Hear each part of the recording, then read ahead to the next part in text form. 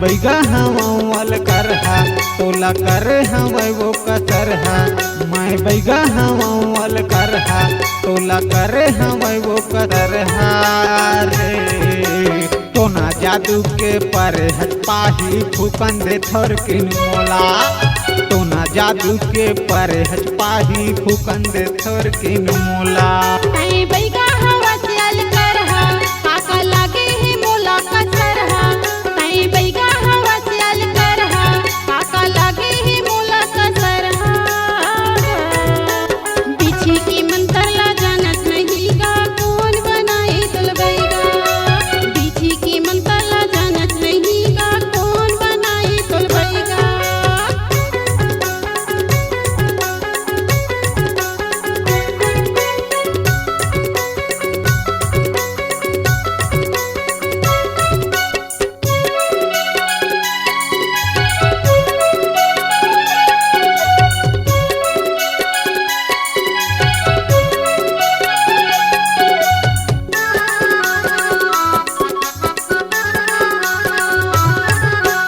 पकलू पोसले कई गाँव भर मुलाऊ बैगा गोला माके बैठ जाओ खूब दूँ तुर कन्हा गोला माके बैठ जाओ खूब दूँ तुर कन्हा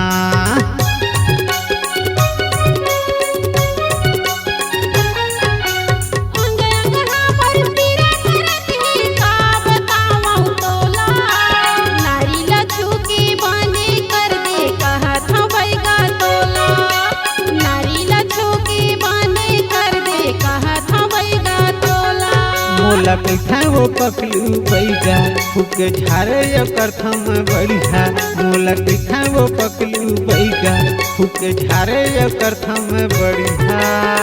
रे गोला माँ के बैठ जाओ फूकन दे तोरे कन्हा बिछी की मंत्र ला जानत नहीं गा कौन बनाई तुल बैगा लौंग सौक सुपाड़ी टूरी उतारा पीरा भारी भारी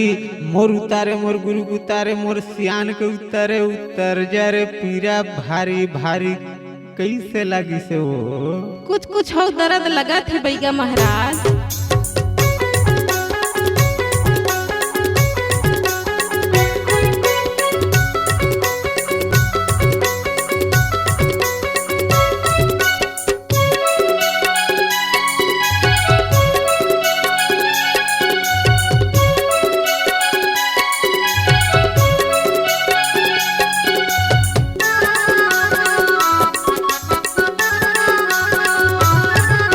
अदालत धीर ही कैथे ओखरे चला तो ऐसे मंत्र मारहूँ बही पीरा उतर ही ठावे ठाव ऐसे मंत्र मारहूँ रानी पीरा उतर ही ठावे ठाव नाम की हावच बैगा काम की हावच खैता अच्छा मंत्र मारत नहीं गा ठीक नहीं लागे बैगा अच्छा मंत्र मारत नहीं गा ठीक नहीं लागे बैगा मैं गाँव के अपन वो बैगा थोपन तीरे माया जाते हैं मैं गाँव के अपन वो बैगा थोपन तीरे माया जाते हैं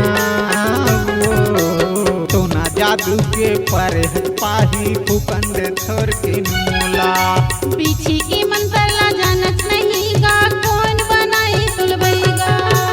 शनि देव के शनि मंदिर शनि देव में जाबे पखलू कोसले के मंत्र मारे दोबारा लहू उठ के झनियाबे मोर फूके मोर सियान के फूके देव प्रसाद बड़ा के फूके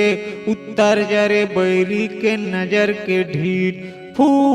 कैसे लागी सो इधर बढ़िया लगी से बैगा महाराज मैं बैगा हवाल करहा तोला करे हवै वो कसरहा मैं बैगा हवाल करहा तोला करे हवै वो कसरहा रे तोना जादू के पर पाही फूकन दे थोर किन मोला बिछी की मंत्र ला जानत हवज गा तभी कैथे तोला बैगा फूकन दे थोर किन मोला तभी कैथे तोला बैगा फूकन दे थोर किन मोला तभी कैथे तोला थोर किन मोला तभी कही